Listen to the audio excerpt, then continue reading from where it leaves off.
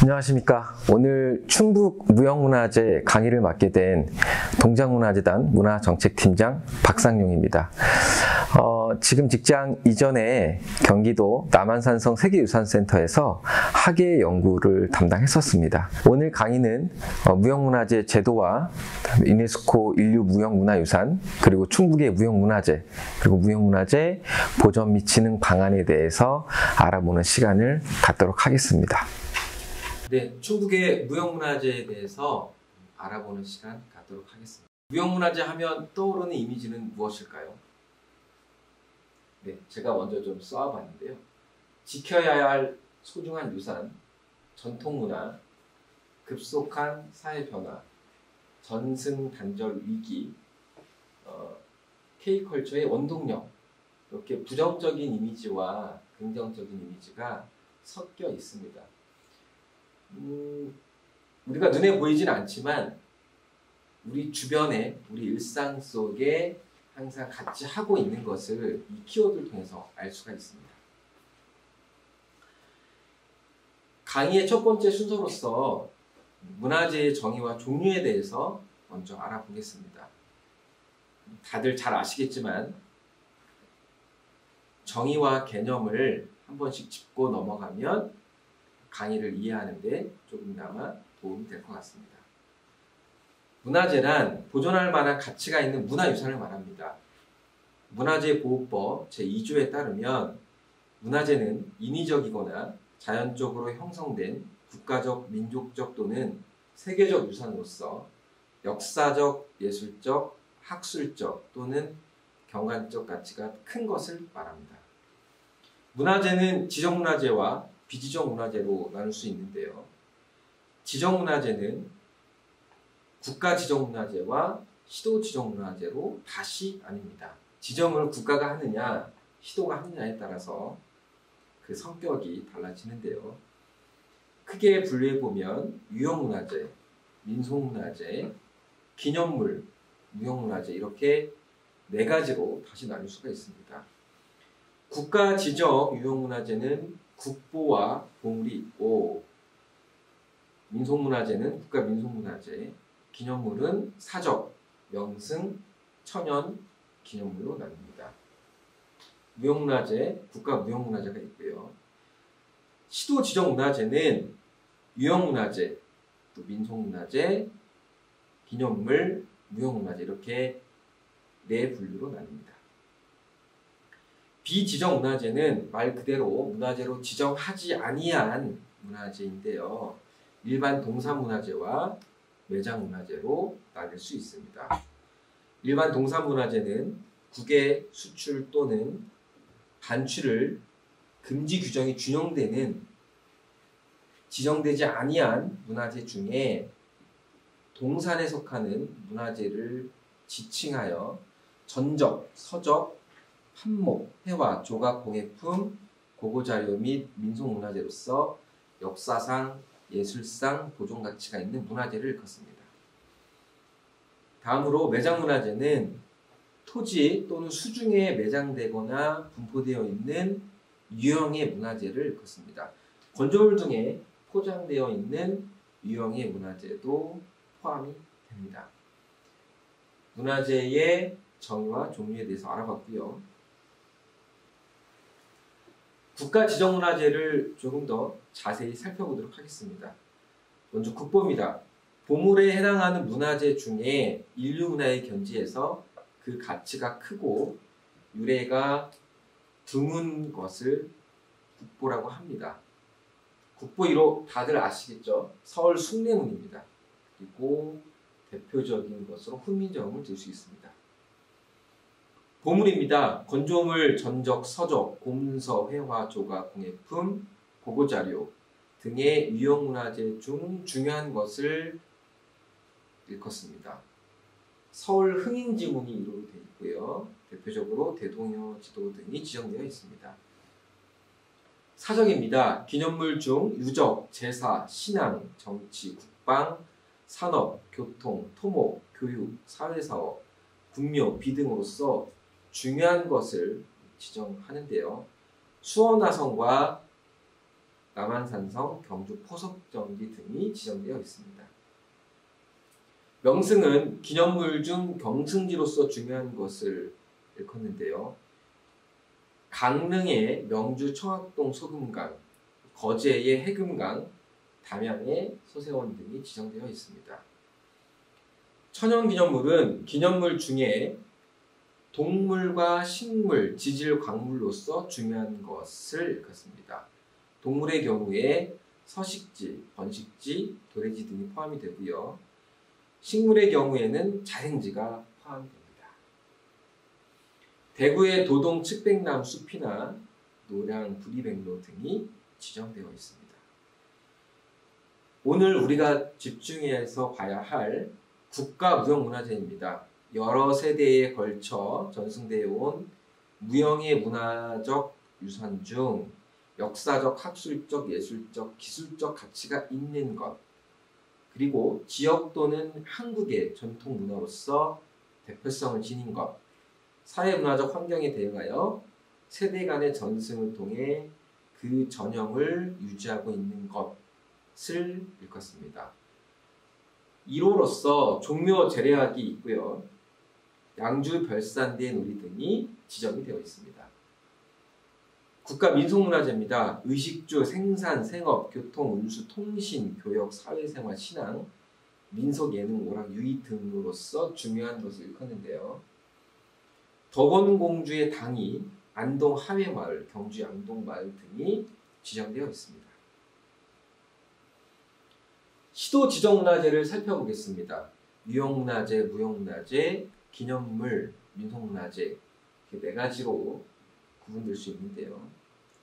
유형문화재는 건조물, 전적, 서적, 보문서, 회화, 조각, 공예품 등 유형의 문화적 소산을 일컫습니다. 충청북도 유형문화재 제6호 충주 경종 태실이 지정이 되어 있고요. 충청북도 유형문화재 제1호였던 법주 원통 보전은 보물로 지정되면서 해제가 되었습니다. 무형문화재입니다. 여러 세대에 걸쳐 전승되어 온 무형의 문화적 유산 중 역사적, 학술적, 예술적, 기술적 가치가 있는 것을 말하는데요. 앞에 무형문화재 설명과 동일합니다. 충청북도 무형문화재 제1호는 청주 농악이 지정되어 있습니다. 기념물입니다. 패총, 고분, 성지, 군지, 요지, 유물, 포함층 등의 사적지로서 역사상, 학술상 가치가 큰 것을 일컫습니다. 또한 경승지로서 예술상, 관람상 가치가 큰 것 및 동물, 식물, 광물, 동물로서 학술상 가치가 큰 것을 말합니다. 충청북도 기념물 제1호는 진천의 길상사가 지정되어 있습니다. 민속문화재는 의식주, 생업, 신앙, 연중행사 등에 관한 풍속, 관습과 이에 사용되는 의복, 기구, 가옥 등으로서 국민생활의 추이를 이해함에 불가결한 것을 말합니다. 충청북도 민속문화재 제1호는 옥천, 청마리, 재신탑이 지정되어 있습니다. 문화재 자료입니다. 시도지사가 시도 지정 문화재로 지정되지 아니한 문화재 중 향토 문화 보존상 필요하다고 인정하여 시도 조례에 의하여 지정된 문화재를 말합니다. 충청북도 문화재 자료를 살펴보겠습니다. 진천 신원고가, 음성의 팔성리고가, 보은의 선병묵고가, 보은의 선병묵고가, 영동의 이의정 유적, 음성의 태교사 등이 지정되어 있습니다. 국가등록문화재를 살펴보겠습니다. 문화재청장이 문화재보호법 5장 53조에 의하여 문화재위원회의 심의를 거쳐 지정문화재가 아닌 문화재 중 건설, 제작, 형성된 후 50년 이상이 지난 것 중에 아래의 어느 하나에 해당하고 보존과 활용을 위한 조치가 특별히 필요하여 등록한 문화재를 말합니다. 즉 국가등록문화재는 근대문화유산이라고 생각하시면 될 것 같은데요. 여기서 중요한 것은 건설, 제작, 형성된 후에 50년 이상이 지난 것을 확인할 필요가 있습니다. 근대문화유산의 개념과 범위를 살펴보겠습니다. 역사, 문화, 예술, 사회, 경제, 종교, 생활 등 각 분야에서 기념이 되거나 상징적 가치가 있는 것, 또한 지역의 역사 문화적 배경이 되고 있으며 그 가치가 일반에게 널리 알려진 것, 또한 기술 발전 또는 예술적 사조 등 그 시대를 반영하거나 이해하는 데에 중요한 가치를 지니고 있는 것, 이 하나 중에 해당하는 것이어야 국가등록문화재로 지정이 될 수 있습니다. 어떠한 것들이 지정이 되어 있는지 살펴보겠습니다. 남대문로의 한국전력 사옥이 국가등록문화재 제1호로 지정되어 있고요. 철원 노동당사, 경의선 장단역 증기기관차, 백범 김구 혈의일괄. 여기서 혈의일괄은 백범 김구 선생이 피격 당시에 피 묻은 옷이 있는데요. 그 피 묻은 옷 일괄적으로 지정이 되었습니다. 그래서 국가등록 제439호로 지정이 되어 있는 상황입니다.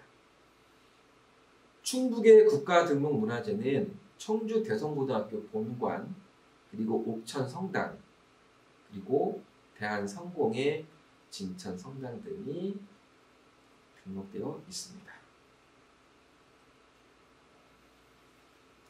무형문화재의 정의와 개념을 알아보도록 하겠습니다. 답사를 가고 탐방을 가게 되면 아무래도 유형문화재 중심으로 볼 수밖에 없을 것 같은데요. 사실 무형문화재는 우리가 알고는 있지만 쉽게 접할 수 없는 것이 사실입니다. 무형문화재는 의지만 있다면 언제든지 가서 관람을 할 수가 있지만 무형문화재는 사실 그렇지 못한 상황이어서 오늘 이 강의를 들으신 다음에 무형문화재에 대한 어떤 인식과 이런 그 관람에 대한 의지가 조금 더 많이 생겼으면 하는 바람이 있습니다. 그럼 좀 무형문화재의 정의와 개념을 알아보겠습니다. 무형문화재는 무형문화재 보존 및 진흥에 관한 법률에 문화재보호법 제2조 제1항 2호에 해당하는 것을 말한다라고 되어 있습니다. 문화재보호법을 살펴보면 여러 세대에 걸쳐 전승되어 온 무형의 문화적 유산 중 다음 강목의 어느 하나에 해당하는 것을 말한다라고 되어 있습니다. 좀 살펴보면 전통적 공연 예술, 공예 미술 등에 관한 전통 기술, 한의학, 농경, 어로 등에 관한 전통 지식, 구전, 전통 및 표현, 의식주 등 전통적 생활 간습, 민간 신앙 등 사회적 의식, 전통적 놀이, 축제 및 기예, 무예, 이렇게 7가지의 범주로 법률에 명시되어 있습니다. 무형문화재 보존 및 진흥에 관한 법률은 2015년 제정되어서 2016년에 시행이 됐는데요.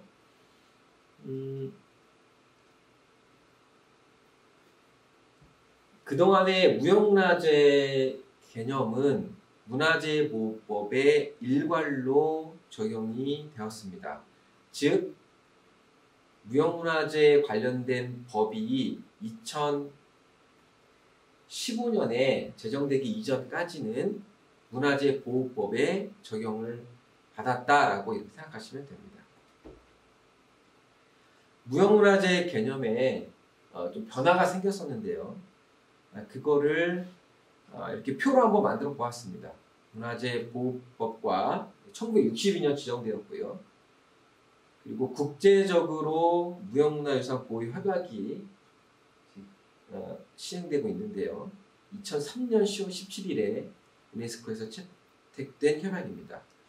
그리고 2015년에 문화재보호법이 개정이 되고 무형문화재 관련된 법이 제정이 되면서 무형문화재 개념에 변화가 생긴 것입니다. 먼저 개정 전에 문화재보호법을 살펴보면 연극, 음악, 무용, 그 밖에 의식, 놀이, 무예, 음식 제조 등 공예기술, 기타 항목에서 규정한 예능의 성립 또는 구성상 중요한 요소를 이루는 기법이나 그 용구 등의 제작, 수리 등의 기술, 이렇게 6가지 범주로 법률에 명시가 되어 있었습니다. 유네스코 무형문화유산 보유 협약을 살펴보면 무형문화재의 개념은 언어 포함 구전 전통 및 표현, 공연 예술, 사회적 관습, 의식 및 재전, 자연과 우주에 대한 지식 및 관습, 전통 공예 기술, 이렇게 5가지 범주로 표현이 되어 있는데요. 국내 상황과 국제 상황이 조금은 다르다는 것을 이 표를 통해서 좀 알 수가 있는데요. 먼저 언어 포함 및 구전 전통 및 표현은 문화재보호법에는 그 범주가 들어가 있지 않고요. 그리고 공연 예술도 개정 전의 문화재보호법에는 연극, 음악, 무용만 표현이 되어 있었는데 유네스코 협약에는 공연 예술 전반으로 표현이 되어 있습니다. 사회적 관습, 의식 및 재전도 마찬가지고 자연과 우주에 대한 지식 및 관습도 문화재보호법에 담지 못하는 좀 포괄적 범주로 유네스코 협약에서는 다루고 있는 것이죠. 전통 공예기술은 유사하게 볼 수가 있습니다. 이런 국제적인 추세, 즉 유네스코 무형문화유산 보유 협약에서 다루는 이런 범주들을 개정된 문화재보호법에 일부 포함된 것을 확인할 수가 있는데요.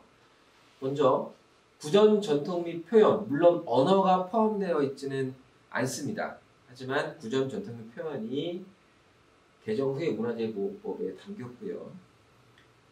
전통적 공연 및 예술, 즉 연극, 음악, 무용에 한정되어 있었던 범주를 전통적 공연 및 예술로 포함을 시킨 것을 확인할 수가 있고, 의식주 등 전통적 생활 관습, 민간신앙 등 사회적 의식, 전통적 놀이, 축제 및 기예, 무예, 그렇듯 포괄적이면서 조금 더 무형문화재를 좀 더 세부적으로 바라보기 위한 이런 시각들이 개정된 문화재보호법에 포함이 된 것을 확인할 수가 있습니다.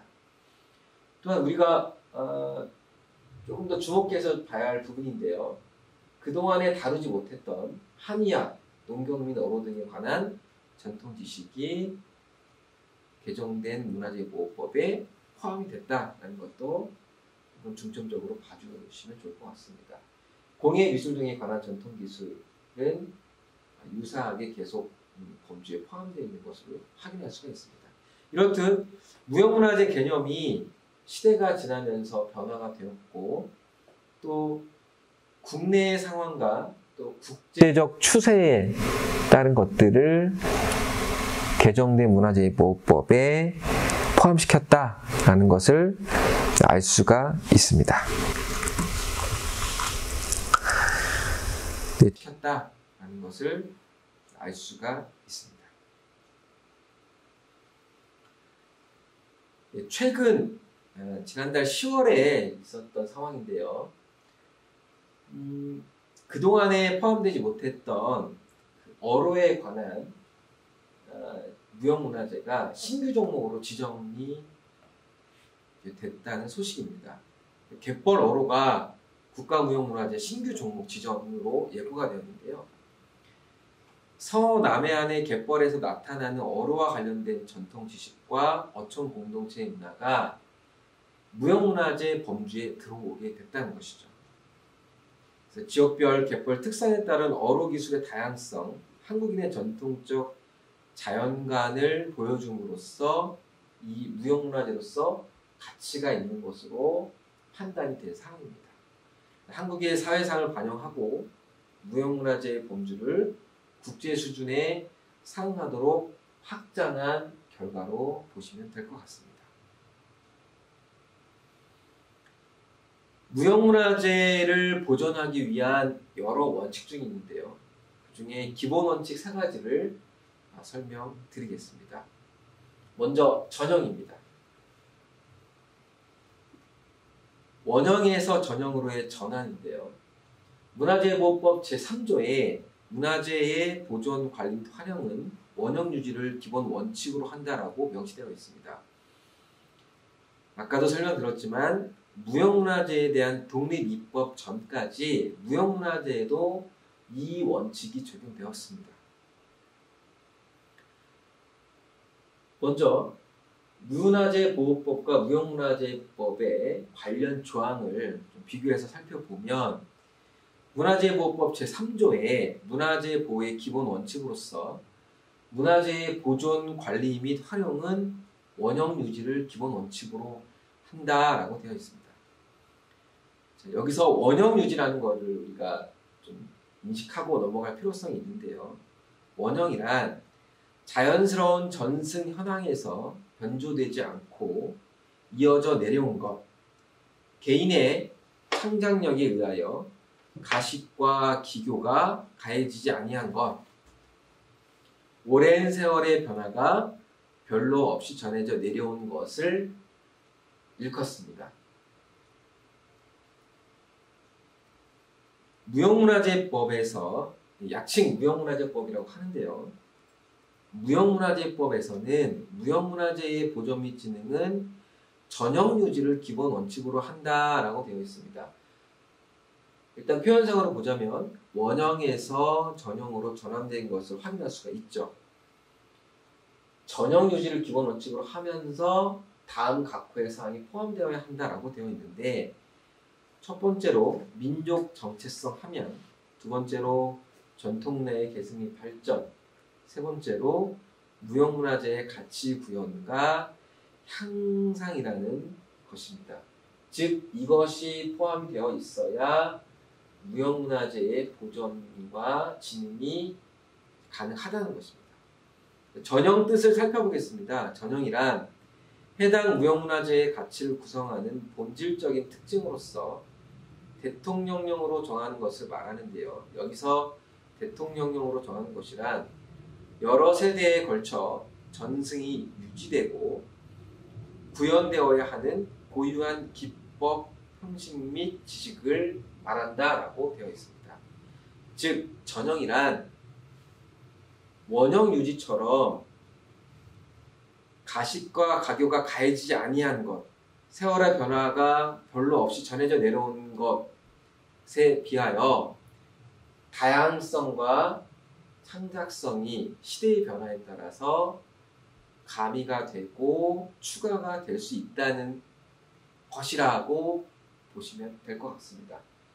그래서 원형에서 전형으로의 전환이 무형문화재 보존의 기본 원칙이 바뀌었다라는 것을 좀 알아두시면 좋을 것 같습니다.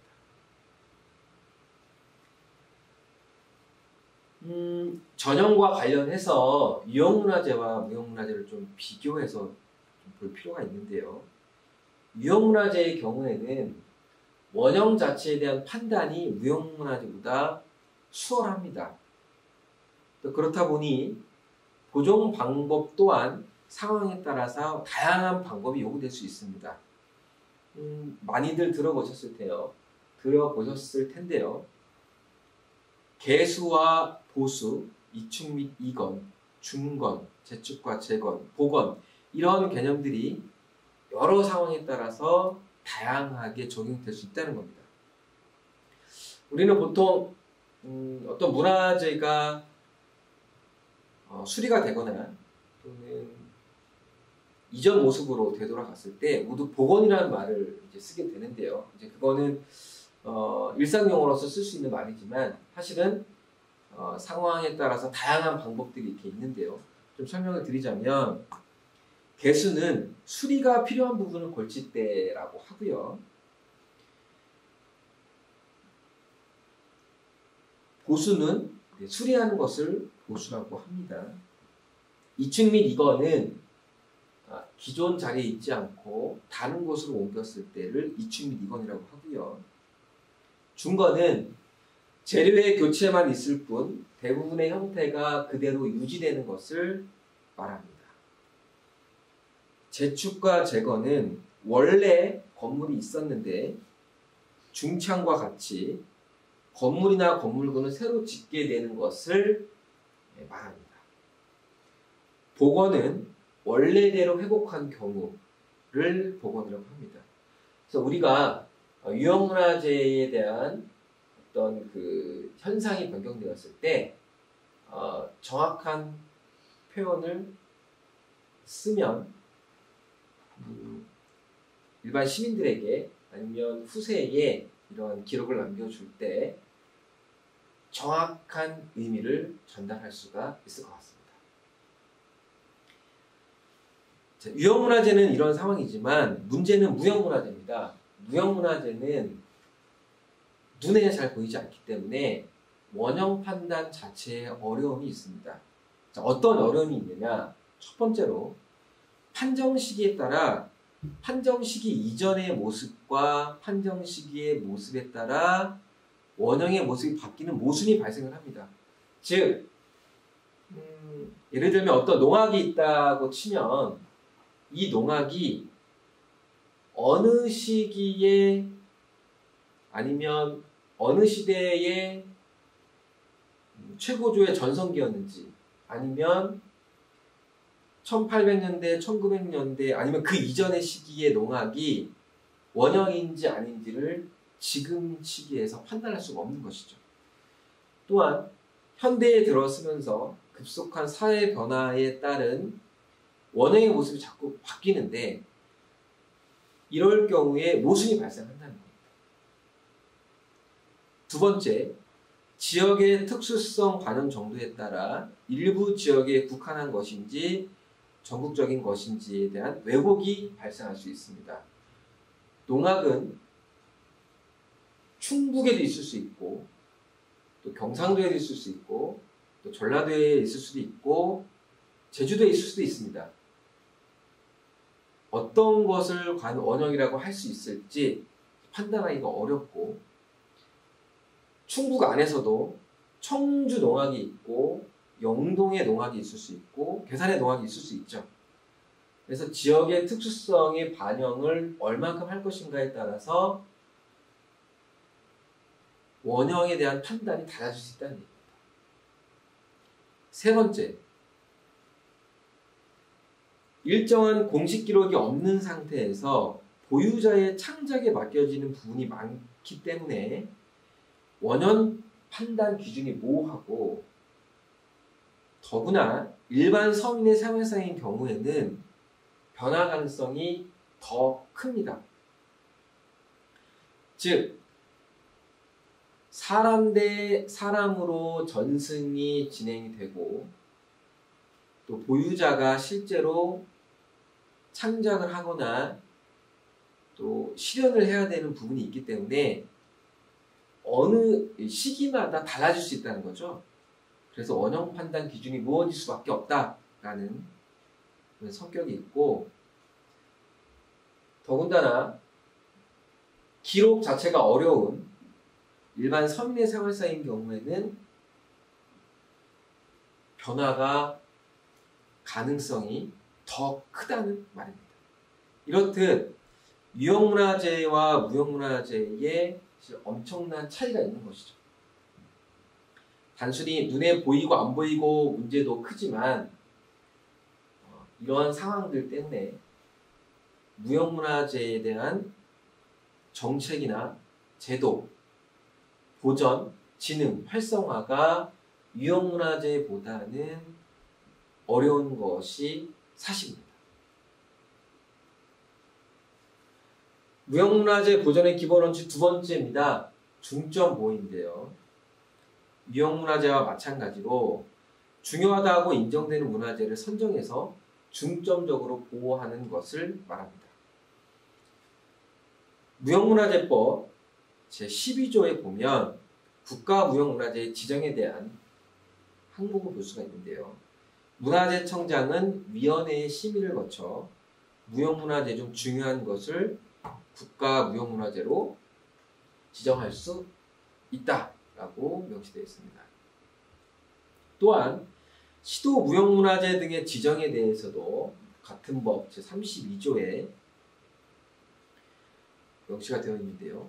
시도지사는 그 관할 구역 안에 있는 무형문화재로서 국가무형문화재로 지정되지 아니한 무형문화재 중 보존 가치가 있다고 인정되는 것을 시도무형문화재위원회의 심의를 거쳐 시도무형문화재로 지정할 수 있습니다.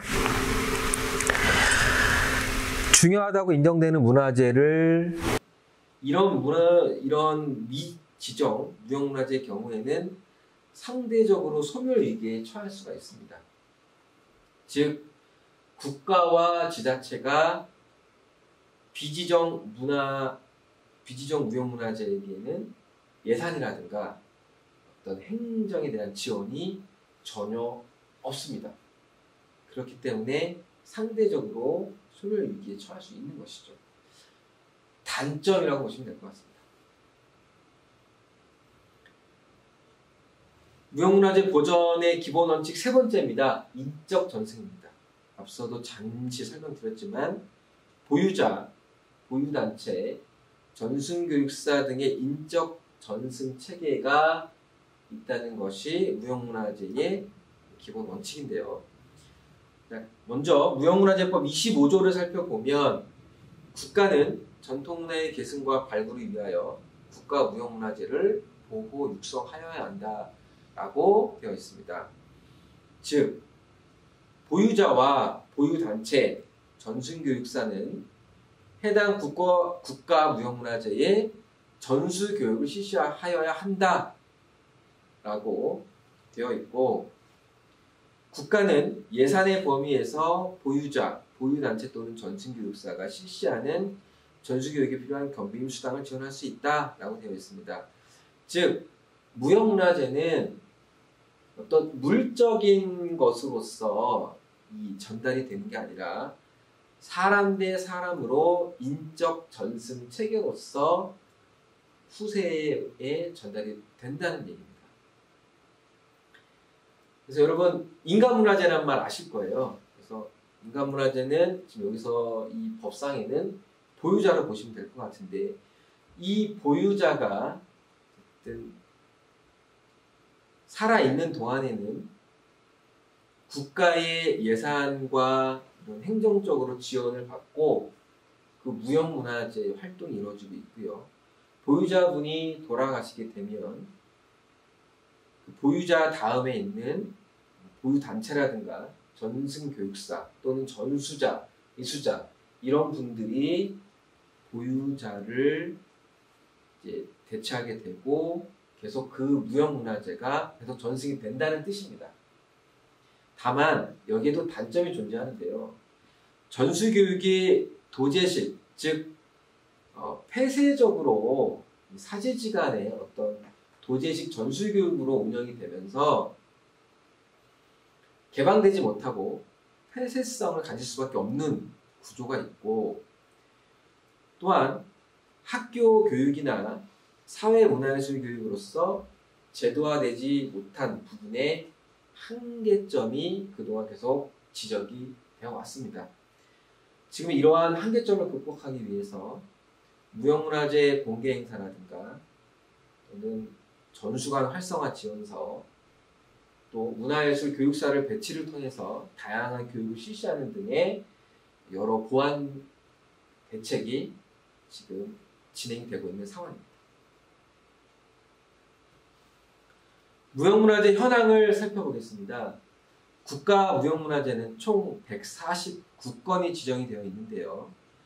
시도 무형문화재는 총 564건으로 지정이 되어 있습니다. 작년 12월 기준입니다. 살펴보면 서울이 83건, 부산이 30건, 대구 17건, 인천 34건, 광주 21건, 대전 24건 등 전국에 걸쳐서 국가무형문화재와 시도무형문화재가 지정이 되어 있습니다.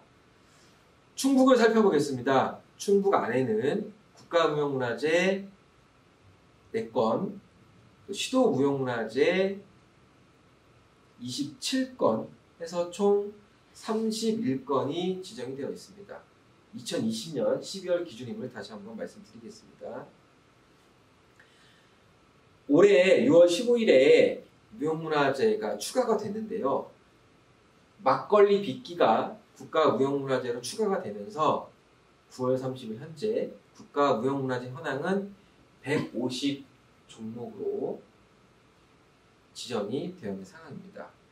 보유자는 173명, 보유단체는 70단체, 전승교육사 247명, 명예보유자 43명의 현황을 살펴볼 수 있습니다. 무형문화재 현황의 최근 상황인데요. 며칠 안 됐습니다. 올해 11월 1일 며칠 전인데요. 떡 만들기가 국가무형문화재 신규 종목으로 지정이 되었습니다. 떡을 만들고 나누어 먹는 전통적 생활 관습을 포함시킨 만들기 문화가 대상이 됐다는 점에 의미가 있고요.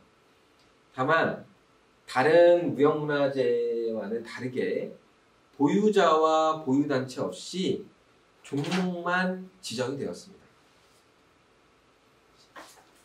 자, 떡 만들기가 왜 국가무형문화재가 됐느냐 설명을 드리겠는데요. 오랜 역사를 가지고 한반도 전역에서 전승 향유되고 있다는 점, 삼국시대부터 각종 공론에서 떡 제조 방법 관련 기록이 확인되는 점, 또 여러 학문 분야에서 학술 연구 자료로서의 가능성이 높다는 점, 또 지역별 지리적 특성을 활용한 다양한 떡의 제조가 활발하다는 점, 또 지역적 특색이 뚜렷하다는 점, 현재에도 생산 주체, 연구기관, 일반 가정 등 다양한 전승 공동체를 통해서 떡을 만드는 전통 지식이 전승 유지되고 있다는 점이 높이 평가되는 것으로 나와 있습니다. 잠깐 사담을 드리자면 저희 집에서도 예전에 추석 명절 때 항상 떡을 집에서 만들어서 차례를 지냈었는데요. 몇 년 전부터는 저희도 떡을 사 먹고 있습니다. 예전에는 아마 집집마다 다 떡을 해서 다 같이 좀 만들고 같이 먹었던 걸로 기억이 나는데요. 어쨌든 되게 반가운 일입니다. 무형문화재 전수교육관 현황을 살펴보겠습니다. 전수교육관은 무형문화재 보유자와 보유단체가 이곳을 거점으로 활동을 해서 무형문화재가 전승과 이런 교육, 체험 활동들이 활성화가 될 수 있도록 하는 거점 공간인데요. 우리나라 전체 전수교육관 수는 161개입니다. 예능이 110개, 기능이 40개, 복합이 11개인데요. 무형문화재는 보통 기능과 예능 이렇게 나눠지는데, 먼저 예능은 공연예술 예능이라고 합니다. 그리고 공예 등의 이런 그 종목 등을 기능이라고 합니다.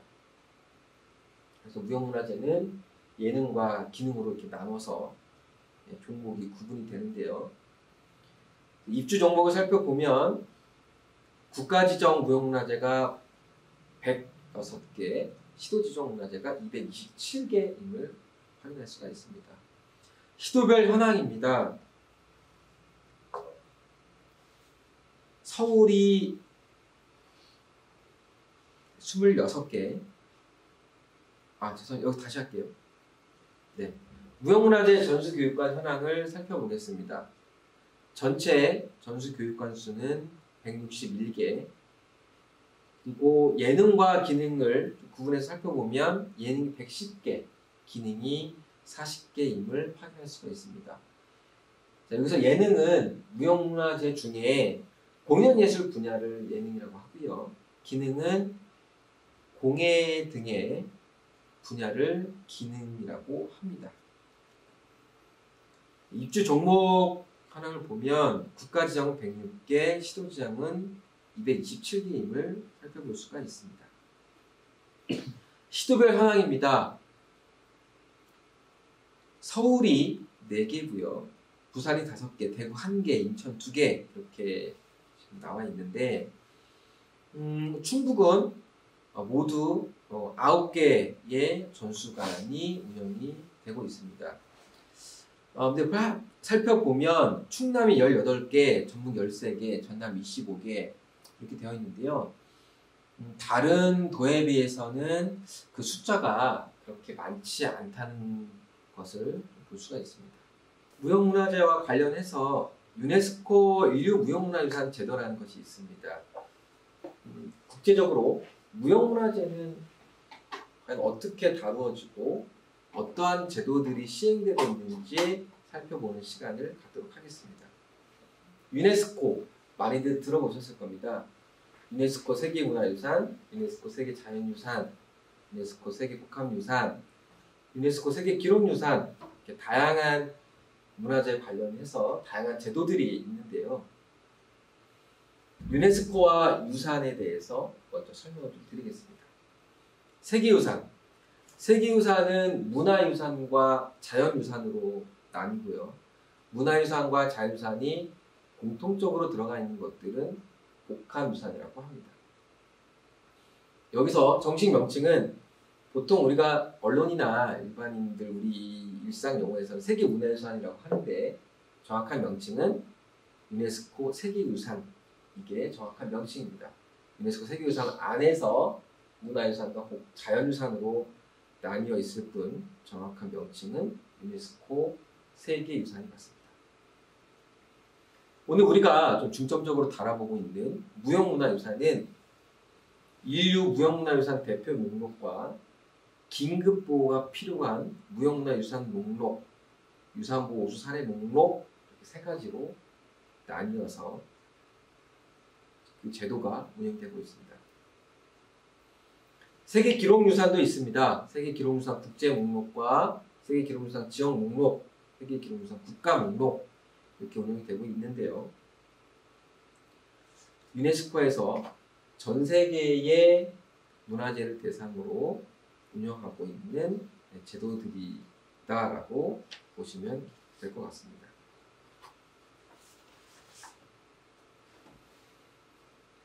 유네스코 인류 무형문화유산의 명칭과 목적을 살펴보겠습니다.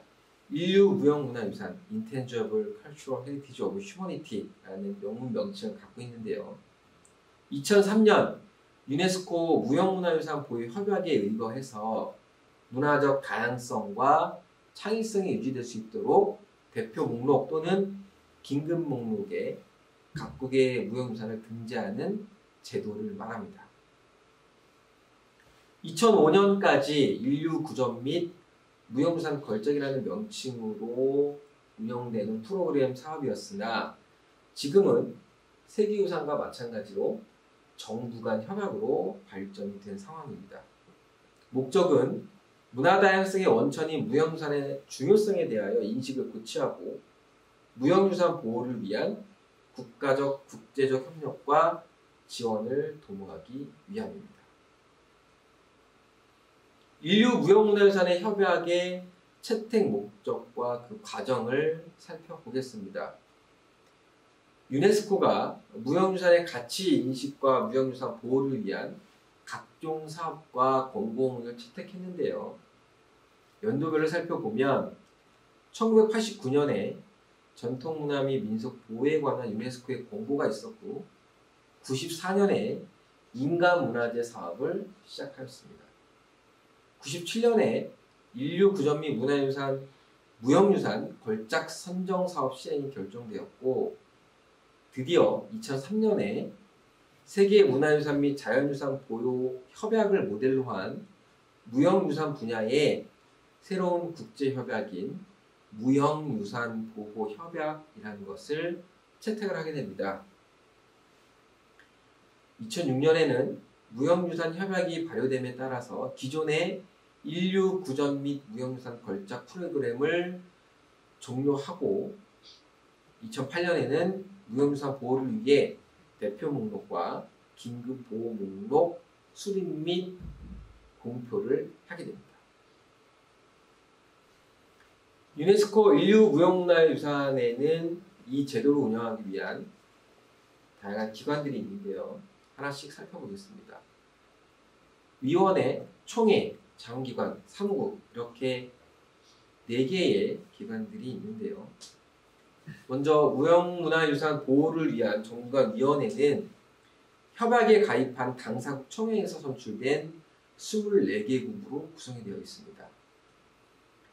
이 위원회가 가장 중요한 것이 뭐냐면 등재할 유산을 최종 선정하는 권한을 가진다라는 것이 이 위원회의 핵심 기능이라고 보시면 됩니다.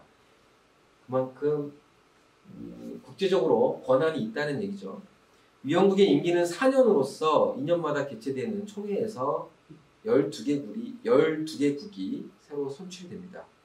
1년에 한 번씩 정기회의가 개최되고 무형유산위원회에서 긴급보호 무형유산 목록과 대표 목록을 최종 선정하는 권한을 가지는 것이죠. 다음은 총회입니다. 보호협약에 가입한 모든 국가들로 구성이 되는데요. 2019년 12월 기준으로 178개국이 가입이 되어 있습니다.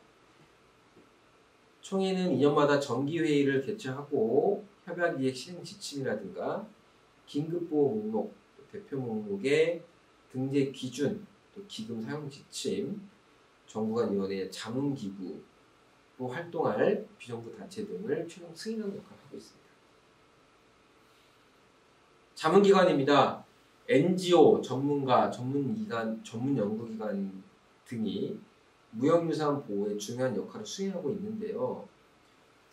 제일 중요한 역할이 무형문화유산의 발굴과 정의에 이 NGO와 전문가, 전문연구기관이 참여해서 권고를 하게 되어 있습니다. 사실상 이 자문기관이 전 세계의 무형문화재를 대상으로 조사를 하고 연구를 해서 위원회와 총회에 무형유산 긴급 목록과 대표 목록으로 등재를 권고한다는 것이죠.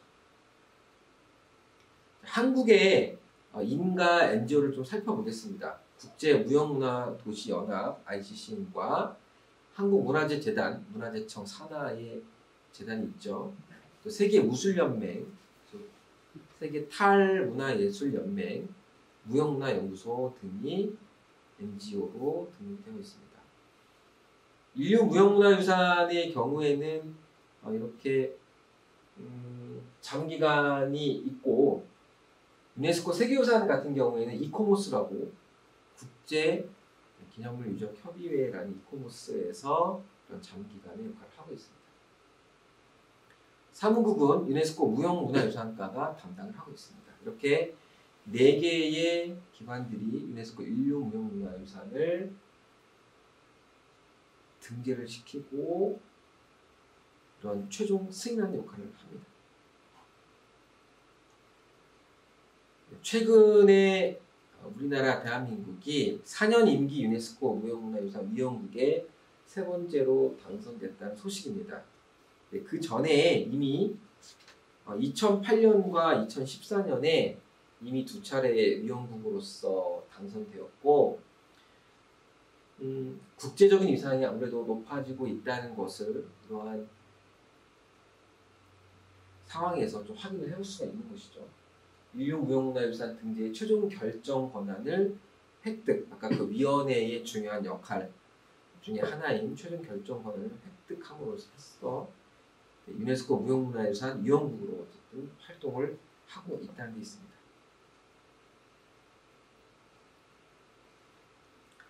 협약 내용을 간단히 살펴보겠습니다. 무형문화유산의 정의와 범위 특징인데요. 국내의 문화재보호법과 무형문화재법을 살펴보면서 무형문화재에 대해서 그 정의와 범위 특징들을 살펴보았는데, 그러면 국제적인 상황에서의 무형문화유산 보호협약은 어떤 내용이 있을지 살펴보는 시간입니다. 먼저 무형문화유산의 정의를 살펴보면 공동체, 집단 및 개인이 자신의 문화유산의 일부분으로 인식하는 관습, 표현, 지식, 기술, 이와 관련된 전달 도구, 사물, 공예품, 문화 공간을 무형문화유산이라고 정의하고 있습니다. 국내법과 조금 다른 상황은 문화 공간이 이 정의 내용에 포함되어 있다는 사실입니다. 두 번째, 무형문화유산의 범위입니다. 무형문화유산의 전달체로서 언어를 포함한 구전, 전통 및 표현, 공연예술, 자연 및 우주에 관한 지식 및 관습, 전통 기술인데요. 앞서 보셨듯이 무형문화재 개념의 변화에서 국내법과 이 무형문화유산 보호 협약에 대한 다른 차이점을 앞에서 설명을 드렸습니다. 그래서 좀 특이한 것은 국내법에는 언어를 포함하지 않고 있습니다. 언어를 포함하지 않고 있어서 이 부분을 중점적으로 보실 필요가 있고요. 다음은 무형문화유산의 특징입니다. 세대와 세대를 거쳐 전승하고 인간과 주변 환경, 자연의 교류 및 역사 변천 과정에서의 공동체 및 집단을 통해 끊임없이 재창조하고 공동체 및 집단의 정체성 및 지속성 부여, 문화 다양성 및 인류의 창조성 증진, 공동체가 상호 존중 및 지속 가능 발전에 부합하는 것이 이 협약의 특징으로 들어가 있습니다. 여기서 주목할 만한 점은 국내법, 즉 기존의 문화재보호법에는 재창조, 창조성, 지속성이라는 말이 들어가 있지 않습니다. 그래서 이런 점에서 볼 때 유네스코 무형문화유산 보호협약은 국내에서 정의하고 있는 무형문화재보다 그 범위를 더 많이 확장해서 받아들이고 있다라고 생각하시면 됩니다. 즉 문화재보호법이 문화재를 중심으로 과거의 보존을 목적으로 한다면 유네스코 협약은 문화유산의 미래 활용까지 염두에 두었다는 점에서 차이를 보인다는 것이죠. 인류 무형문화유산의 등재 절차를 살펴보겠습니다. 먼저 준비 및 제출인데요.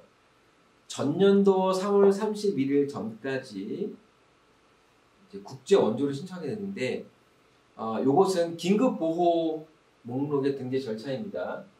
긴급히 보호할 필요성이 있는 무형문화재의 경우에 국제 원조를 신청을 하고 또 당사국에서 신청서를 작성을 해서 보완을 이제 1차 연대하게 됩니다. 그래서 그것이 대표 목록 심사 보조기구에서 심사를 하게 되는데 이때 심사는 정부간위원회에서 하지 않고 그러니까 최종 등재 승인을 정부간위원회에서 한다고 앞서서 말씀드렸지만 긴급 보호 목록의 경우에는 무형문화유산 분야의 전문가와 전문연구소, 단체, 비정부 단체, 즉 NGO에서 이 선정을 심사를 한다는 것입니다. 대표 목록은 다릅니다. 대표 목록은 일정은 비슷하지만 대표 목록의 심사는 정부간위원회, 즉 우리나라가 들어가 있는 정부간위원회에서 결정을 하게 됩니다. 준비 및 제출, 심사, 결정 이렇게 1차 년도와 2차 년도에 걸쳐서 심사 신청서를 제출하고 최종 심사회를 거쳐서 정부간위원회에서 최종 승인을 하게 되는 그런 절차입니다. 그러면 유네스코 인류 무형문화유산에 등재됐을 때 과연 어떤 효과가 있을까요? 여기 6가지 이유를 제가 적어왔는데 무형유산의 국내적, 국제적 가치성 제고를 통한 무형문화유산의 이해를 증진할 수가 있습니다. 또한 유산 보호를 위한 유네스코의 지원이 가능합니다. 그리고 국제적 차원에서의 정보 및 경험 교환 지원이 가능하고요. 보전의 다양한 측면과 관련된 연구 전문가 및 활동가가 지원될 수 있습니다. 필요한 인력에 대한 훈련 및 규범 마련도 지원이 됩니다. 보호를 위한 재정 및 기술 지원됩니다. 한마디로 유유무형문화유산에 등재가 되면 전 세계인들의 관심과 보호를 위한 법적, 행정적, 여기서 법적은 협약을 말하는 겁니다. 이런 여러 가지 예산적, 재정적 지원까지 가능하다는 것이죠. 그러면 우리나라에는 유네스코 인류무형유산에 어떠한 것들이 등재가 되어 있을까요? 자, 전 세계 131개국 584건이 현재 지정이 되어 있는데 이 중에 대한민국의 인류무형문화유산은 21건이 지정되어 있습니다. 종묘제례 및 종묘제례학, 여러분, 지금 종묘제례학이 국가무형문화재 1호로 지정되어 있죠. 역시 유네스코 인류무형문화유산에 등재가 되어 있고요. 판소리, 강릉 단오제, 강강술래, 남사당놀이, 영산제, 제주 칠머리당 영등굿 처용무 이렇게 등재가 되어 있고요. 대목장, 가곡, 매사냥, 줄타기 등이 등재가 되어 있습니다. 택견도 등재가 되어 있고요. 한산 모시자기, 아리랑, 김장문화, 농악, 줄다리기, 제주 해녀문화, 씨름, 연등회, 최근에 연등회까지 이렇게 등재가 되어 있습니다. 김장문화와 관련해서는 중국이 먼저 김치와 관련된 것으로 유네스코 인류무형문화유산에 등재를 시켰기 때문에 우리나라는 김치를 공동체, 즉 여러 주민, 여러 공동체 구성원이 같이 겨울에 먹을 김치를 담근다는 그 공동체 문화를 유네스코 인류무형문화유산에 등재를 시켰습니다. 사실 유네스코 인류무형문화유산이 각 나라에서 경쟁적으로 사실 등재를 시키고 있는 상황이기 때문에 이런 무형문화재를 적극적으로 발굴하고 그런 의미와 가치를 다른 나라와 비교해서 진정성 있는 것으로 가치를 만드는 것이 굉장히 중요합니다. 그래서 같은 분야의 것을 다른 나라가 먼저 등재하면 다른 나라가 그것을 등재할 수가 없습니다. 그래서 김장문화와 같은 사례가 좀 발생을 했고요. 안타까운 점도 하나 있는데 최근에 기사를 좀 살펴보면 제주 해녀문화가 2016년에 등재가 되었는데 최근에 해녀 숫자가 많이 줄고 있다는 이제 상황입니다. 그래서 과연 이런 제주 해녀문화가 등재가 되었고 역시나 무형문화재는 인적 전승 체계로 이루어져 있다 보니까 해녀가 줄어들어서 결국에 나중에 해녀분들이 다 안 계실 때 과연 이런 무형문화재가 어떻게 유지되고 또 전승되고 어떻게 활용이 될 것인지에 대해서는 여러 어려움이 있을 수가 있습니다. 과연 우리 충북에는 어떠한 무형문화재들이 있을지 국가무형문화재와 시도지정문화재를 나누어 살펴보겠습니다. 국가무형문화재 현황입니다. 충북에 총 5건의 무형문화재 현황이 있는데요. 앞에 무형문화재 현황표에는 4건으로 기록이 되어 있을 건데요. 이게 보시면 알겠지만 2021년 7월 28일에 한지장이 새롭게 종목이 추가 지정이 되었습니다. 보시면 택견, 금속활자장, 주철장, 한지장, 낙화장 이렇게 5개의 국가무형문화재가 지정이 되어 있습니다. 택견 너무 잘 아시죠? 충주를 기반으로 맨손 격투 문화이자 민속 문화로 민간에서 널리 행해진 거고요. 관련해서 여러 축제가 벌어지고 있는 것으로 알고 있고요. 그리고 금속 활자장입니다. 금속으로 활자를 만들어서 각종 서적을 인쇄하는 장인을 말하는데요. 현재 괴산군이 소재지로 되어 있습니다. 주철장은 인류가 오랫동안 사용하였던 쇠를 녹여서 각종 기물을 만드는 장인을 말하는데요. 진천군에 소재지를 두고 있습니다.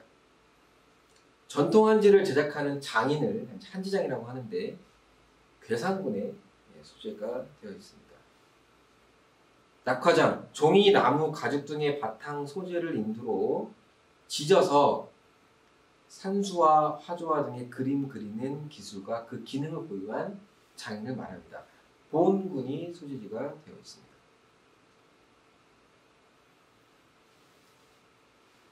시도 지정 무형 문화재인 충북의 무형문화재 현황입니다. 총 27건이 있고요.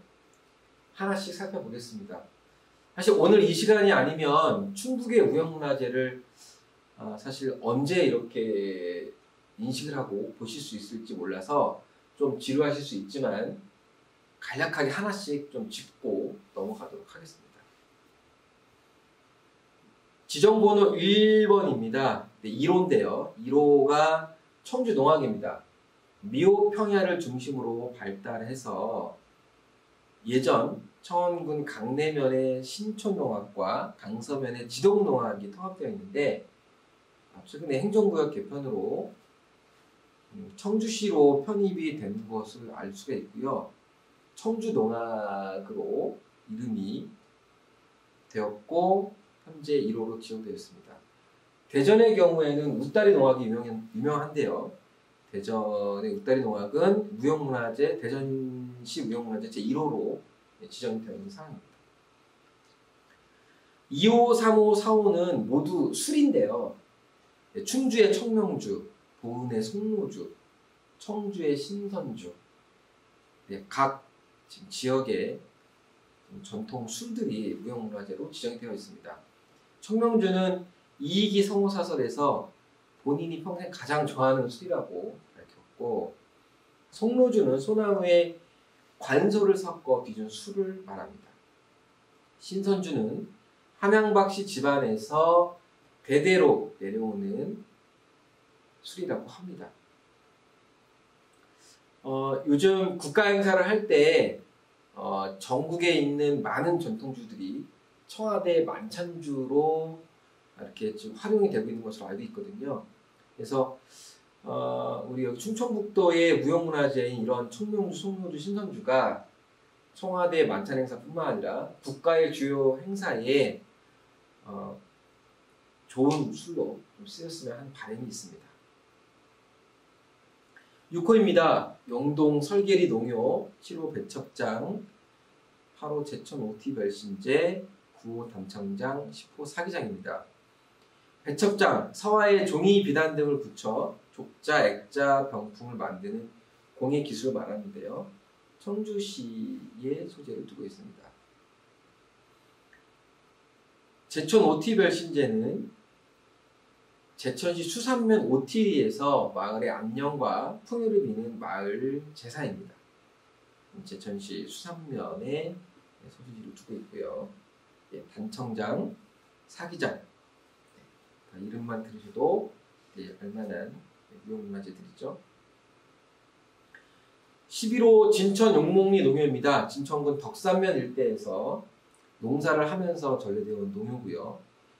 옹기장, 야장, 13호 야장은 쇠붙이를 두드려 모양을 내어 기구를 만드는 장인을 말합니다.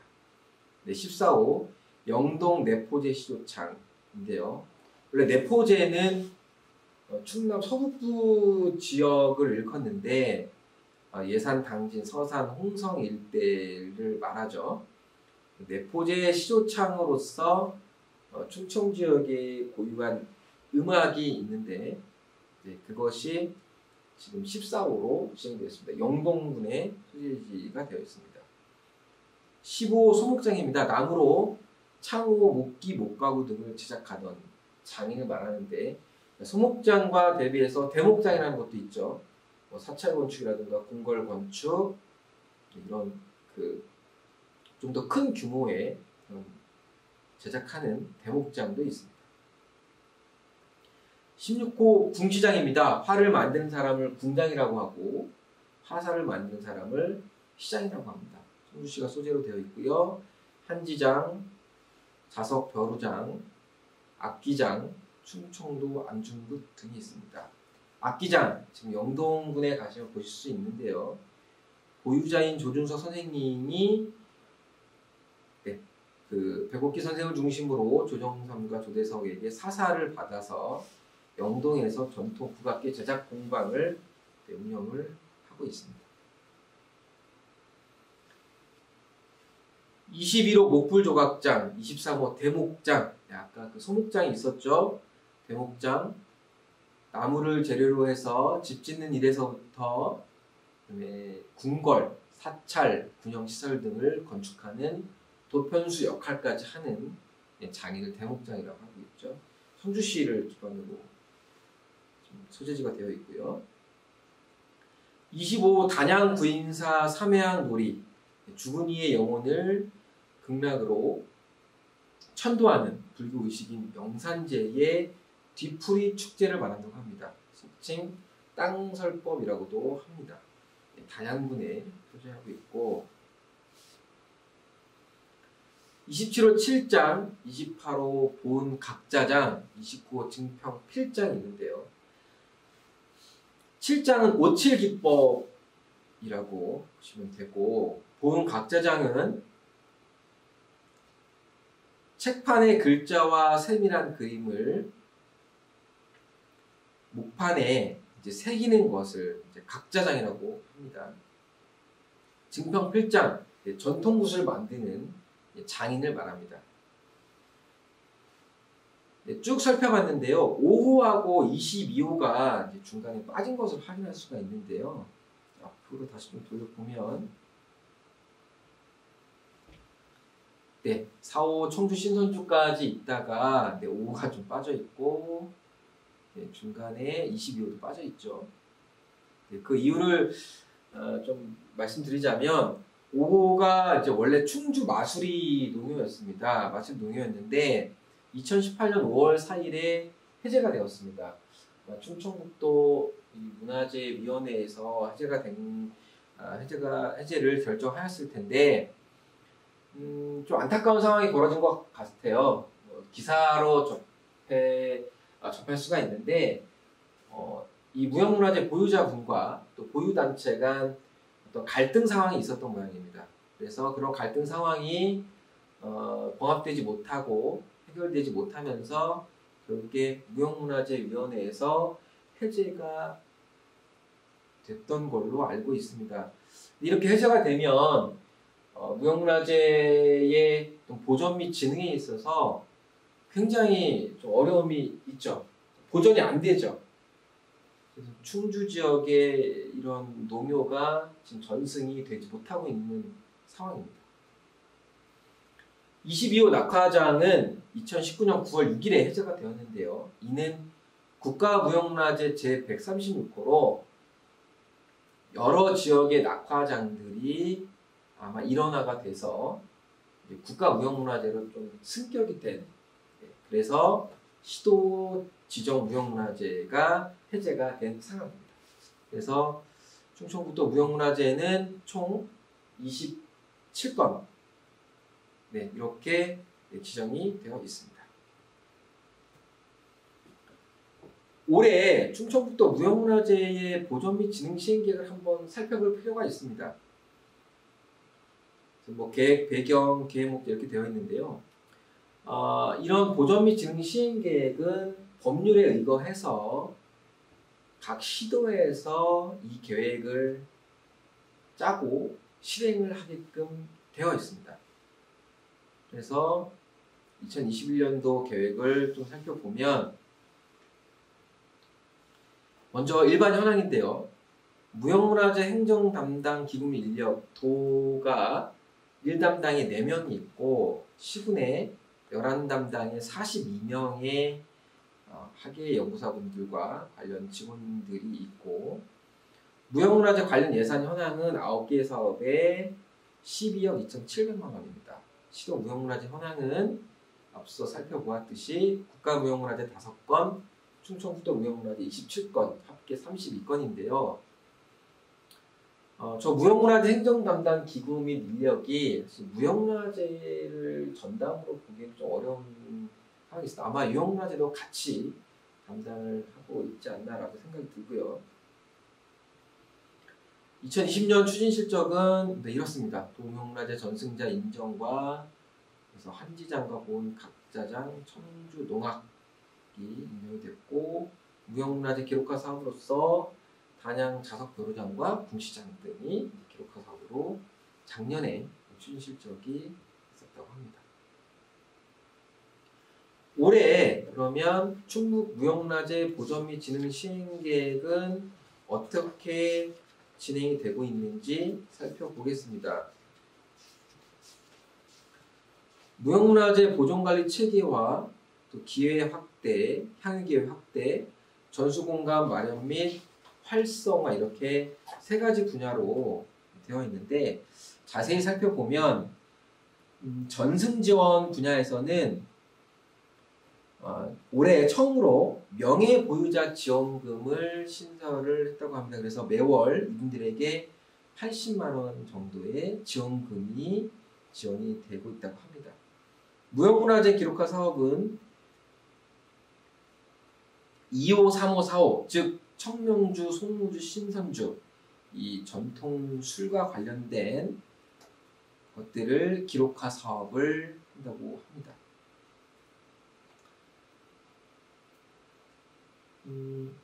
세 번째 정책과제로 넘어가서 전수교육관 관리 보면 청주에 백첩장 관련해서 전수교육관의 시설 보강하는 관리 예산이 나와 있고, 마지막 부분에 지역 무형유산 보호가 있는데요. 이거는 국립무형유산원이 올해 무형유산 도시로 충주를 선정을 했다고 합니다. 그래서 그에 따른 올해 무형유산 도시 사업에 따른 예산이 현재 이렇게 들어와 있는 상황입니다.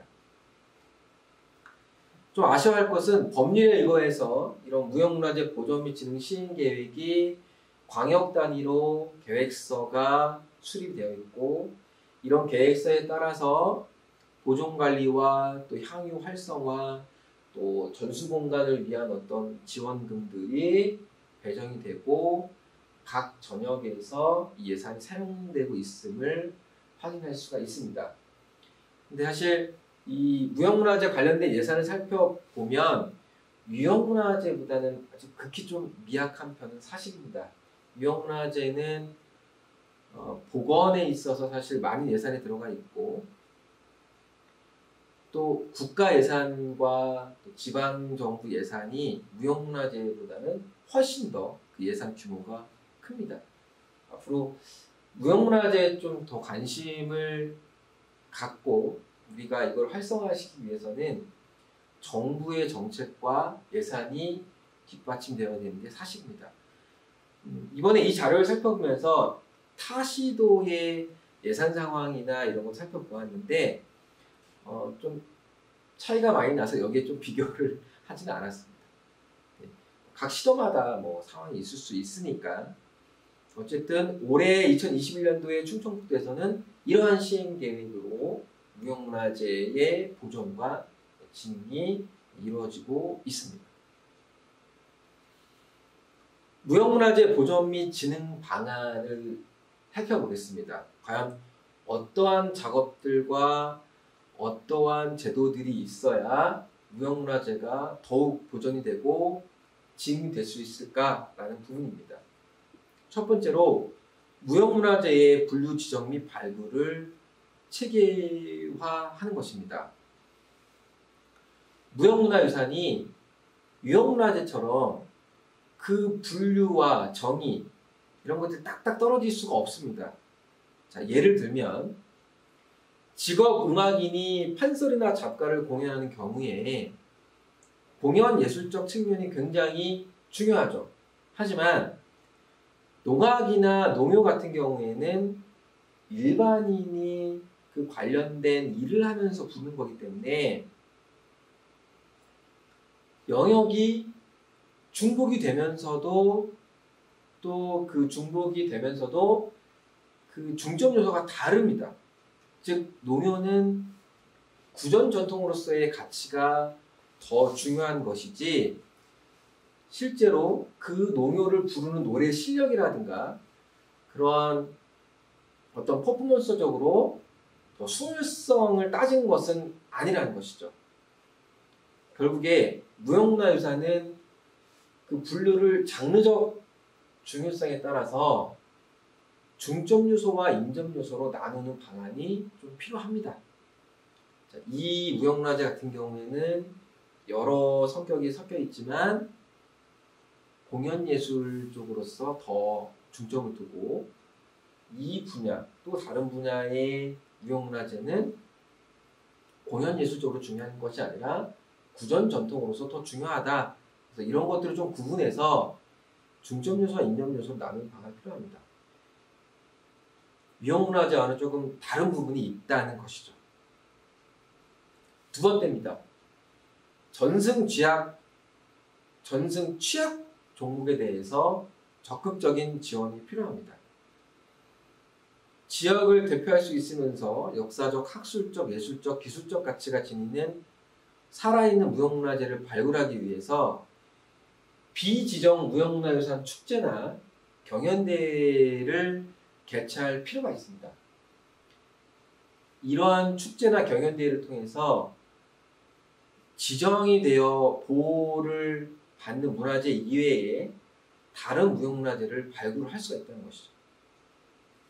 또한 보호 및 전승 활성화를 위해서 기업 연계 사회공헌 활동이 필요합니다. 무형문화재 같은 경우에는 여러 대기업 그리고 여러 은행들이 일사일문화재 형태로서 문화재를 청소하거나 또 문화재를 위한 문화재 위주로 좀 하고 있습니다. 무형문화재도 이러한 사회공헌 활동이 필요하다는 것이죠. 그래서 더 많은 사람들이 관심을 가질 수 있도록 적절한 행사와 이벤트, 거기에 따른 문화재 활용 방식이 필요하다는 것입니다. 현재 국가적으로 문화재청이 3년마다 국가무형문화재 전승 취약 종목을 지원을 하고 있습니다. 하지만 국가 예산이 어쨌든 한계가 있기 때문에 민간 분야에서도 여러 활동이 필요한 것이죠. 제주도 상황을 좀 살펴봤는데요. 2021년 올해 전국 최초로 무형문화재 전승자 재난지원금을 지원을 했습니다. 제주 무형문화재 전승 토대 및 현대문화 수요 대응체계의 필요성으로서 제기되었고 보유자가 고령화되어 있고 스토리텔링 및 아카이빙 작업이 어렵기 때문에 지역사회와 행정 분야에서 관심을 가지고 이 재난지원금을 지원한 것이죠. 다음으로 전수관 관리 및 활성화 지원입니다. 앞서서 전국의 전수교육관과 충북의 전수교육관 현황을 좀 살펴보았는데 전수교육관은 무형문화재 기능 및 예능 보유자들의 전수활동을 돕기 위해 건립된 공간입니다. 즉 무형문화재 전승 활성화 및 전수교육관으로서 지금 활용이 되고 있고 여기에서 교육, 공연, 전시, 체험 등에 지금 벌어지고 있습니다. 하지만 운영 예산이 부족해서 이런 활동들에 장애가 있는 것이 사실입니다. 그래서 전수관이 지어졌고 운영되고 있는 공간에 여러 가지 이 지원 사업을 통해서 전수관이 활성화가 될 수 있도록 적극적으로 나서야 할 때입니다. 이런 활성화를 통해서 시설 공간의 활용도가 좀 높아지고 또 무형유산의 전승 역량이 강화가 될 수 있도록 지원해야 된다는 것이죠. 또 무형문화재 전수교육관이 도심에 있는 것만은 아닙니다. 농촌 지역에도 있고 또 비도심 지역에도 있는데 이러한 전수교육관이 지역문화의 거점 공간으로도 활용이 될 수 있기 때문에 지역사회 연계를 통해서 무형문화재 전승 기반이 확대될 수 있도록 지원이 필요한 상황이죠. 또한 어린이와 또 지역 주민들을 위해서 사회교육, 공연 전시를 통해서 무형문화재에 대한 관심도 제고와 전승자 진입 기반을 마련할 수가 있습니다. 그래서 전수관 건립 및 활성화 지원 사업이 앞으로 더 많이 좀 활성화가 될 필요가 있습니다. 충북의 무형문화재 전수교육관 현황을 살펴볼 필요가 있는데요. 9개가 운영이 되고 있는데 충주시의 택견원, 청주시 금속활자 전수교육관, 청주 배첩 전수교육관, 제천 오티별신제 전수교육관, 청주의 옹기 전수교육관, 영동 설기리 농협 전수관, 단양군 사기 전수관, 충주 청명주 전수관, 주철장 전수교육관, 이렇게 9개의 전수교육관이 운영이 되고 있습니다. 사실 충북의 국가무형문화재가 5건이고 시도 무형문화재가 27건인데 비해서 전수교육관이 많지는 않은 상황입니다. 더 많은 전수교육관이 지어져서 지역문화의 거점으로 활용되고 많은 지역 주민들 그리고 이 보유자와 보유단체, 전승교육사 등이 이곳을 활용해서 더 많은 활동을 할 필요가 있습니다. 다음으로 기록화 사업입니다.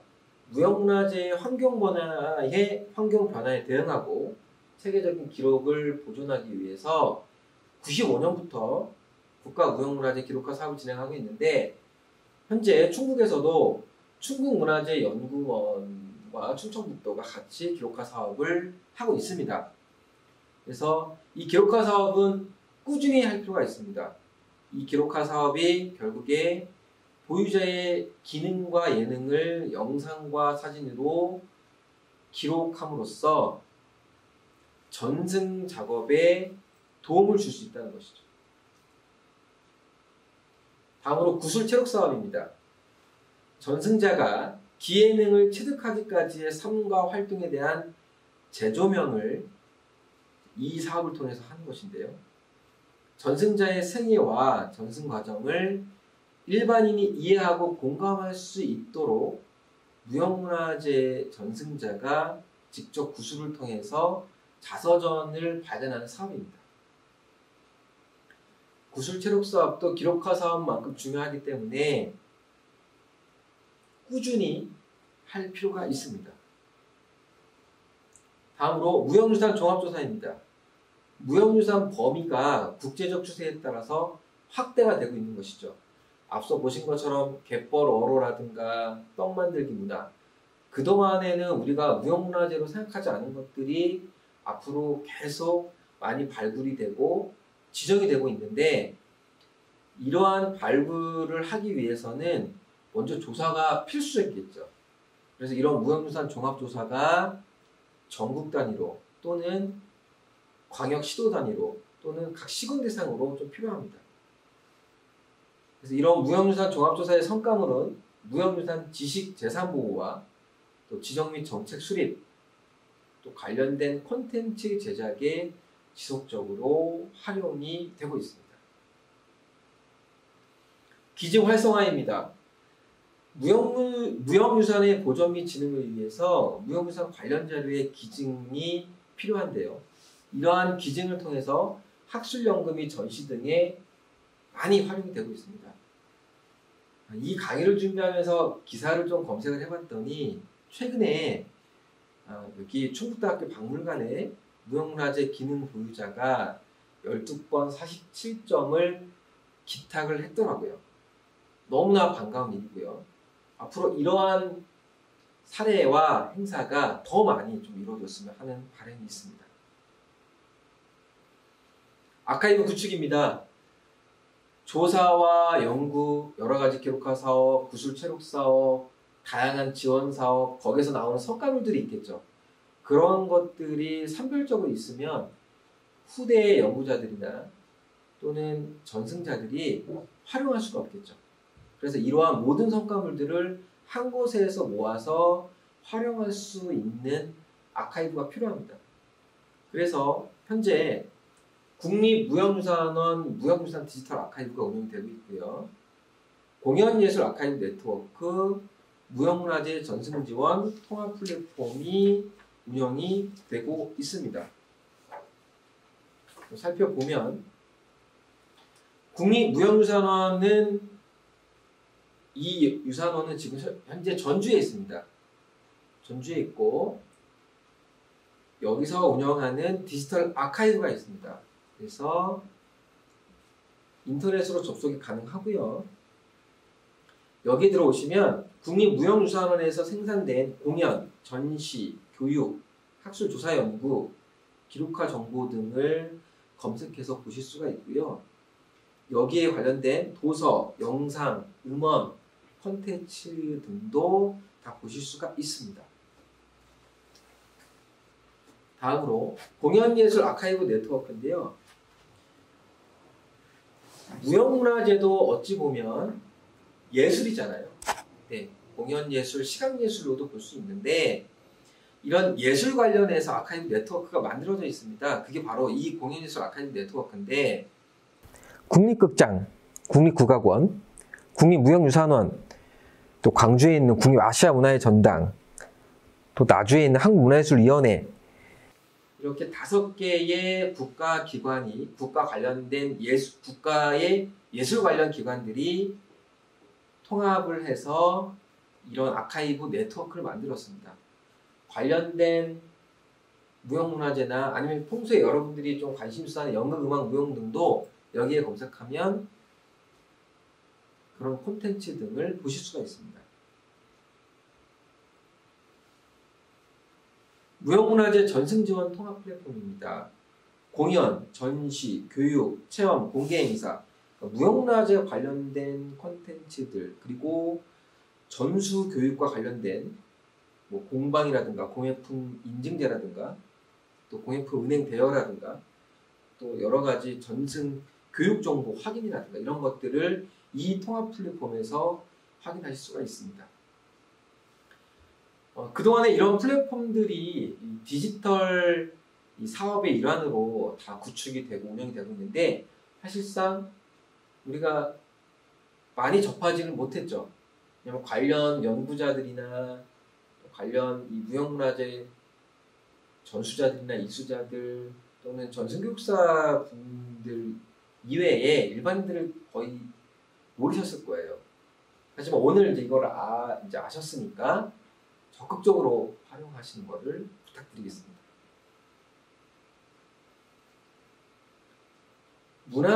무형문화재의 활용도 굉장히 중요합니다. 여러분 요즘 아시겠지만 요즘 문화재 주변을 이렇게 좀 보게 되면 문화재 활용 사업이라고 해서 문화재를 적극적으로 활용해서 이제는 보존과 관리뿐만 아니라 문화재를 활용해서 공연, 전시, 축제, 교육, 체험 다양한 콘텐츠로서 활용할 수 있는 것을 볼 수가 있습니다. 뭐 궁궐 축제라든가 뭐 산사 음악회라든가 향교 서원 체험 다양한 사업들이 있는데요. 무형문화재도 마찬가지로 그런 활용이 되고 있고 지금보다 더 많이 활성화가 될 필요가 있다고 보는 거죠.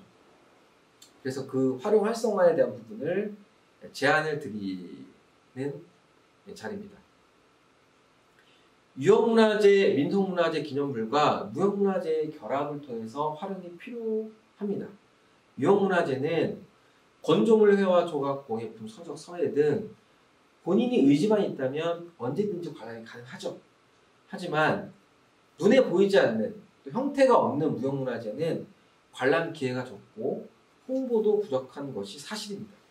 그래서 이러한 무형문화재의 단점을 극복하기 위해서 유형문화재, 민속문화재 기념물과 결합을 통해서 활용할 필요가 있습니다. 예를 들면 종묘는 유네스코 세계유산이면서 국가문화재로 지정이 되어 있죠. 근데 이 종묘에서 매년 종묘 제례악이 펼쳐지고 있습니다. 종묘 제례악은 국가 무형문화재 1호이면서 유네스코 인류 무형문화유산이죠. 종묘에 가면 종묘 제락을 볼 수가 있습니다. 물론 1년에 2번밖에 하진 않지만 어쨌든 종묘하면 종묘 제락이 떠오르죠. 마찬가지로 안동 하회마을에 가면 유네스코 세계유산이죠. 안동 하회마을에 가면 그 상설 공연장에서 하회 별신구 탈의를 볼 수가 있습니다. 이렇듯 유형문화재와 무형문화재의 결합을 통해서 장소적인 것과 장소적인 어떤 유형의 것과 무형문화재의 무형의 것을 마케팅적으로 결합을 할 필요가 있습니다. 그러면 아무래도 홍보와 인식이 더 많이 잘 되겠죠. 무형문화재 공개 행사를 현재 국가와 각 지자체에서 하고 있습니다. 이런 공개 행사가 더 활성화가 될 필요가 있습니다. 무형문화재 법에 무형문화재 공개 의무에 대한 조항이 있는데요.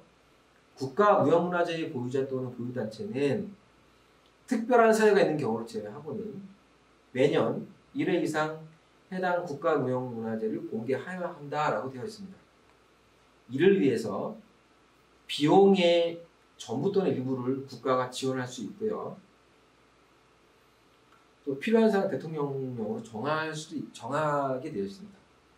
충청북도 무형문화재 보존 및 진행에 관한 조례에도 도 무형문화재의 보유자 또는 보유단체는 각 호의 어느 하나에 해당하는 사유가 있는 경우를 제외하고는 매년 1회 이상 무형문화재를 공개하여야 한다라고 되어 있습니다. 즉 무형문화재로 지정이 되면 1년에 1회 이상은 반드시 공개를 해야 된다는 것이죠. 자, 이 공개 행사를 축제로 승화할 필요가 있습니다. 어차피 1년에 1회 하는 것, 많은 주민들과 함께 더 많은 사람이 볼 수 있도록 집중형 축제가 필요하다는 것이죠. 지금 국가적으로나 또 각 지자체에서 벌어지고 있는 무형문화재 행사는 그 장소의 한계성 때문에 산발적으로 이루어지고 있는 것이 현재 사실입니다.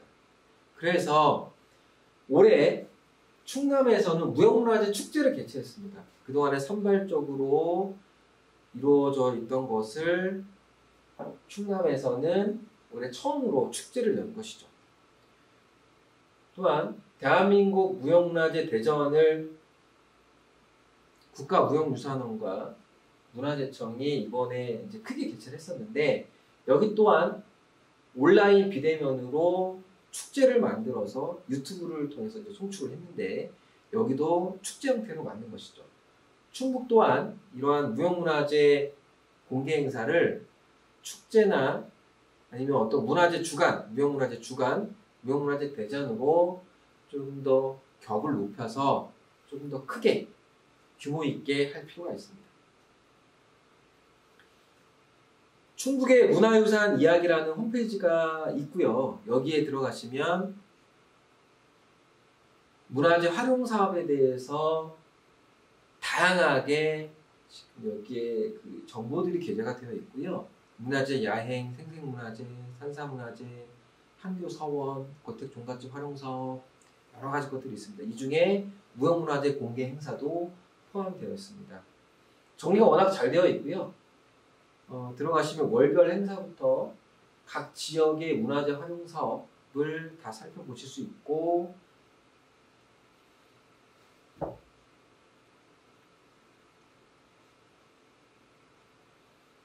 현재 충청북도와 충청북도 문화재연구원에서 운영을 하고 있습니다.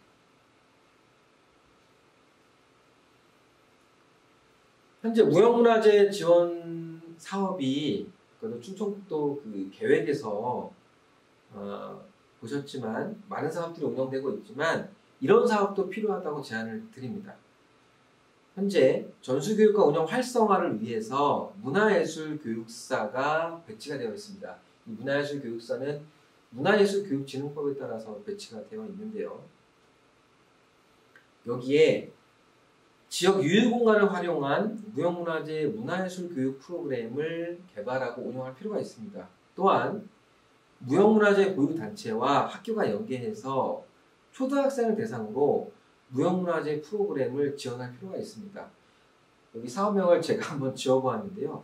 지역연계 공간 지원형 무형문화재 교육 운영과 학교연계 무형문화재 문화예술 교육 운영, 이렇게 두 가지 사업이 충북도에서 시행이 된다면 무형문화재 향유가 또 활용이 더 많이 활성화가 될 것 같습니다.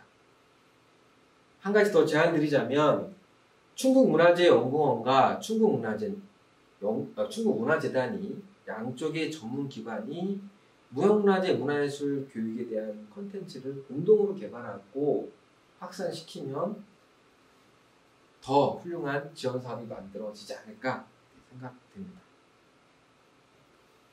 또한 충북 무형문화재 관련해서 문화예술 교육사 및 기획자 현장 역량 강화를 위해서 기획자 양성 과정, 즉 아카데미가 필요합니다. 전수교육관을 활용한 문화예술 교육사와 기획자의 실무 경험을 통해서 역량이 강화될 수 있고요. 또는 안정적인 사업 운영이 될 수가 있습니다. 커리큘럼도 일부 짜보았는데요. 무형문화재 지역문화 기획 인력 양성을 위한 지역 교육과정 기획 운영과 이론교육, 멘토링, 사례 탐방, 현장 실습, 워크숍, 네트워킹 등이 필요합니다. 전문성 강화를 위해서 발굴, 육성, 사업화를 위한 각 단계별 인력 양성 커리큘럼이 필요하고 국내 무형문화재와 세계 무형유산 관련된 이슈도 이 과정에서 공유가 되면 좋을 듯합니다. 디지털 기술을 활용해서 콘텐츠 개발을 하고 확산하자는 것도 제안을 드립니다. 유네스코 인류 무형문화유산 공연 시리즈라는 것이 있습니다. 현재 국립중앙박물관과 전통공연예술진흥재단이 협력해서 이 시리즈를 만들어내고 있는데요. 최근에 10월 27일부터 11월 9일까지 2주간에 걸쳐서 유튜브와 네이버 TV를 통해서 개최가 되고 있습니다. 인류 무형문화유산에 등재된 다양한 전통예술 공연을 촬영해서 온라인 상영을 통해서 공개가 되고 있습니다. 이 강의가 끝나시고 검색을 하시면 바로 유튜브와 네이버 TV를 통해서 보실 수가 있습니다. 디지털 기술 활용과 관련해서 실감 콘텐츠도 제안을 드립니다. 실감 콘텐츠란 인간의 오감을 극대화해서 실제와 유사한 경험을 제공하는 차세대 콘텐츠입니다. 국립중앙박물관과 한국콘텐츠진흥원이 협력을 해서 만들고 있는데요. 다양한 디지털 기술을 활용해서 관람객이 전시를 더 흥미롭게 관람할 수 있도록 콘텐츠를 제작을 해서 구현을 한 것입니다. 가상현실, 증강현실, 혼합현실, 고해상도 영상, 홀로그램, 외벽 영상 등의 기술을 활용해서 만든 실감 콘텐츠입니다. 어떻게 실감 콘텐츠가 만들어졌는지 국립춘천박물관의 사례와 국립중앙박물관의 사례를 영상으로 보겠습니다. 두 편인데요. 먼저 국립춘천박물관의 지금 여기 휴라는 영상입니다.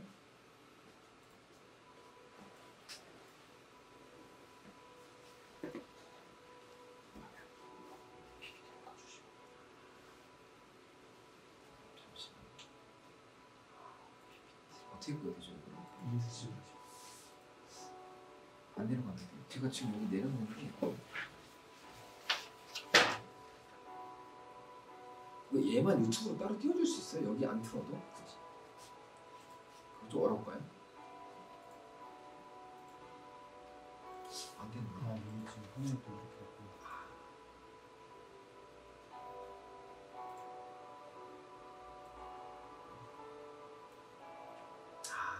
이쪽으로 처음부터 다시 틀어. 다시. 짧으니까.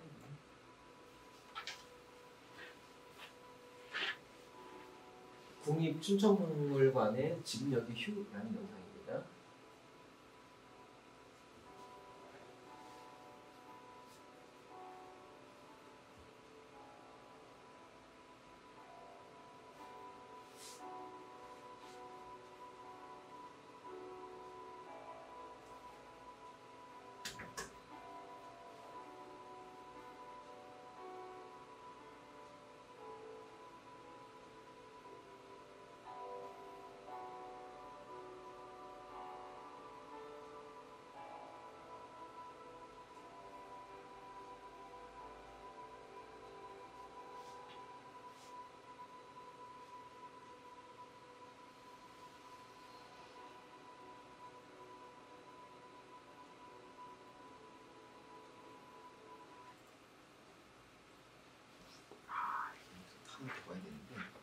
한 번 더 가져보세요. 화면 띄어놨어.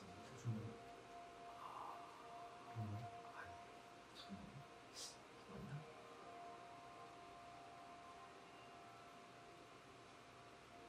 이거 아니에요.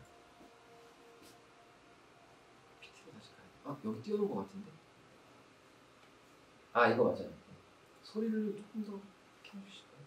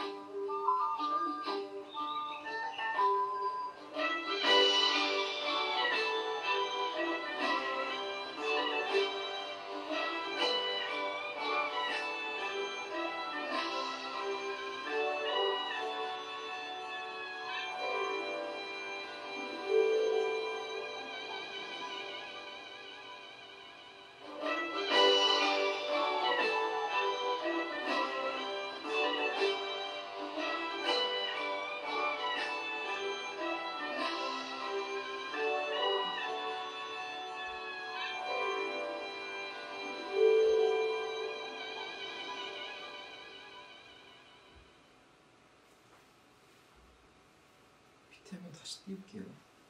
네.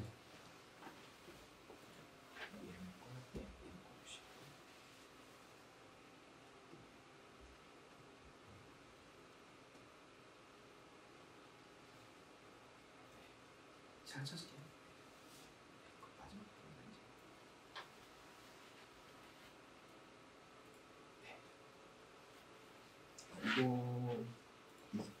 됐네요. 네, 두 편 같이 보셨는데요.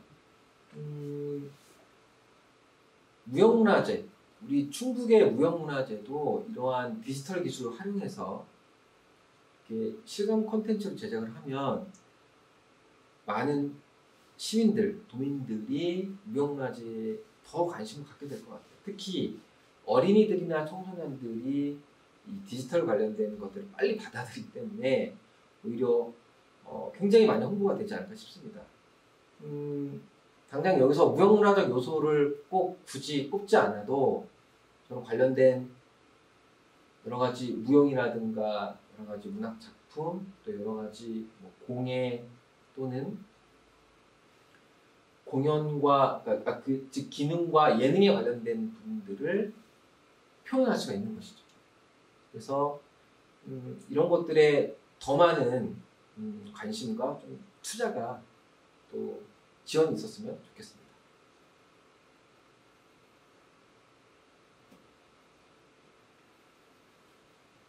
네, 무형문화재 관련 주요 웹사이트를 알려드리겠습니다. 관심 있으신 분들은 좀 들어가셔서 정보를 찾아보시면 많은 도움이 되실 겁니다. 문화재청과 무형문화재위원회, 국립무형유산원, 전승지원 통합 플랫폼, 한국문화재재단, 한국무형유산진흥센터, 그리고 유네스코 아태 무형유산센터, 전통공연예술진흥재단, 다양한 기관들이 운영이 되고 있고 여기 안에 각자의 플랫폼들과 아카이브들이 다 운영되고 있습니다. 네, 참고하시면 좋을 것 같습니다.